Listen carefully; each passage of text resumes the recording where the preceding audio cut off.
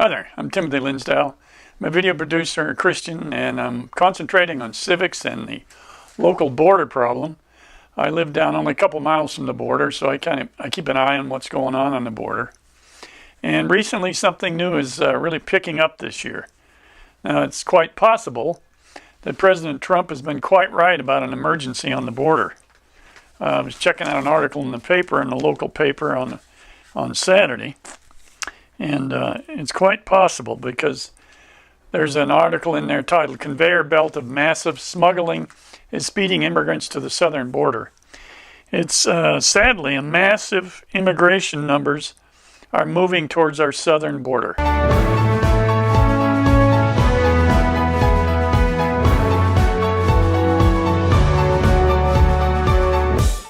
So what is it? Well, some new reports have come out from the U.S. Immigration saying that smuggling operations in Mexico and Central America are making buku amounts of money using express buses, delivering Guatemala migrant families to the U.S. border in just a matter of days instead of making the journey. They make the journey faster and easier, safer, according to U.S. law enforcement reports and U.S. Guatemalan officials, which is really quite amazing when you think about how it's been in the past. It's been a very dangerous endeavor, as many of the activist organizations would tell you. It's a tragedy, which it is. Immigrants dying in the desert, getting run over on the highways, abused, sex trafficked, all kinds of horror stories. Something I wanted to add, a little caveat. I noticed that we've gone from illegal immigrants to immigrants to migrants. I was looking up that definition the other day. An immigrant is someone who comes to this country with intentions of living here. A migrant is more of a person that moves to an area for work. That's a basic difference. However media uses it, I don't know. But anyway, let's continue on. Smugglers entice families and promise of safe travel to the U.S. and be released into the U.S. within just days. Now, smugglers will charge these people for about $7,000 for an adult and a child transported to staging areas in southern Mexico. And then they're loaded on buses in groups and then head north to the U.S. It takes about 72 hours leaving these staging areas before they arrive at drop-off points. And these drop-off points are within walking distance of the U.S. border.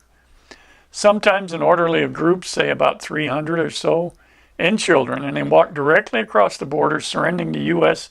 Border Patrol agents, and then they initiate asylum claims. Now, the U.S. law enforcement reports depict a profitable operation exploiting a dysfunction in American immigration system and U.S. court rulings. And these rulings mandate families be released from custody while their asylum claims are processed.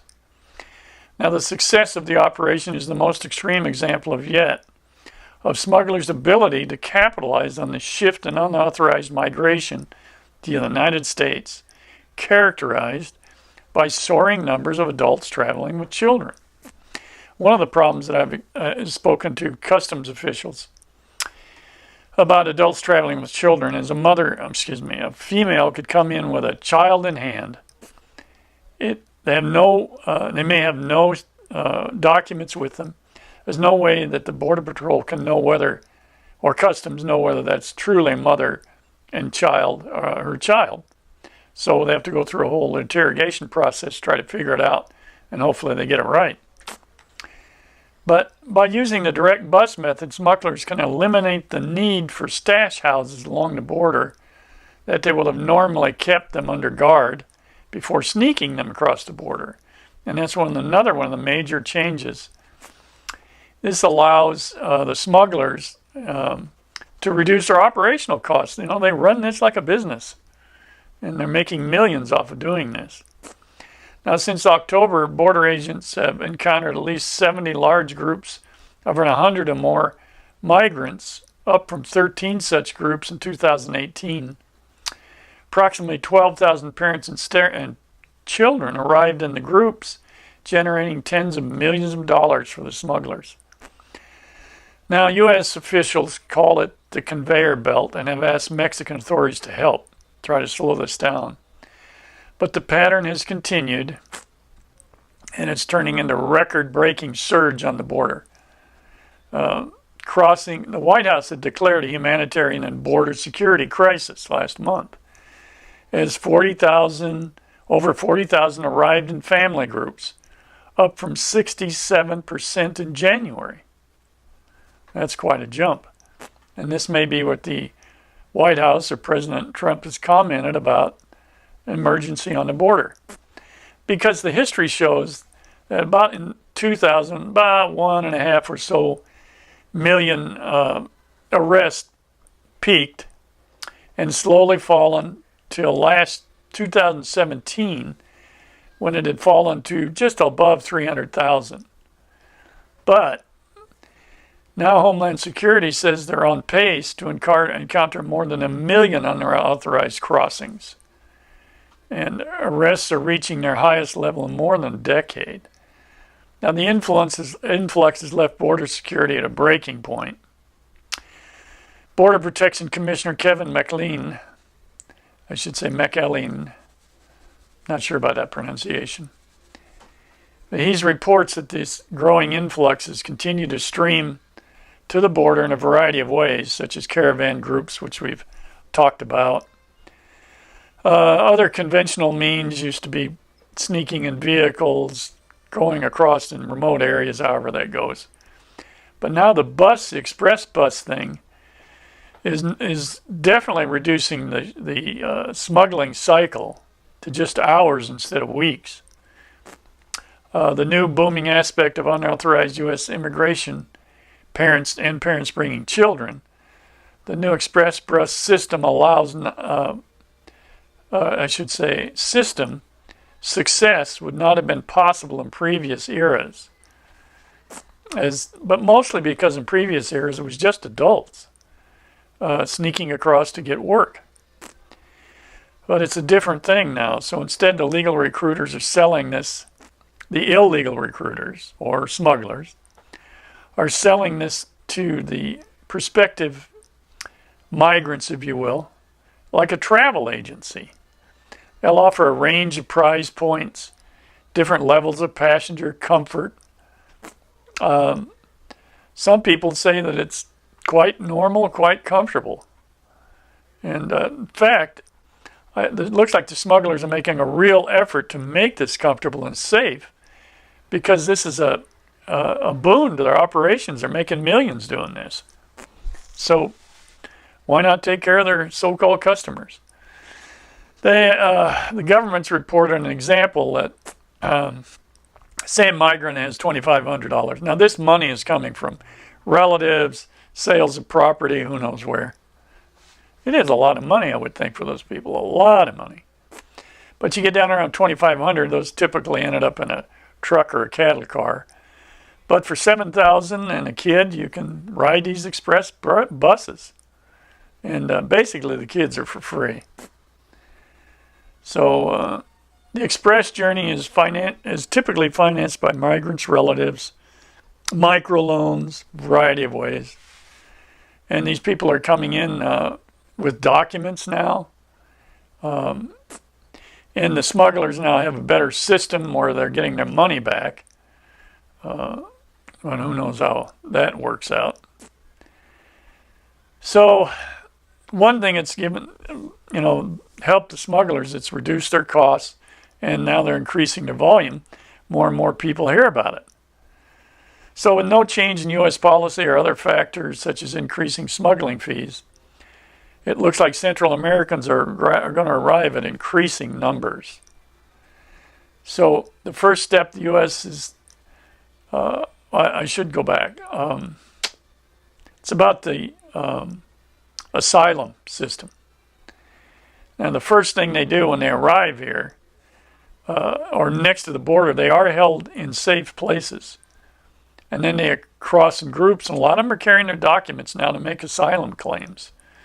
So now it's safer for them, and they're bringing their documents, so they're going to be heard, and that's heavily impacting the immigration system. And we have to recognize that the American economy has really been humming along, if not booming.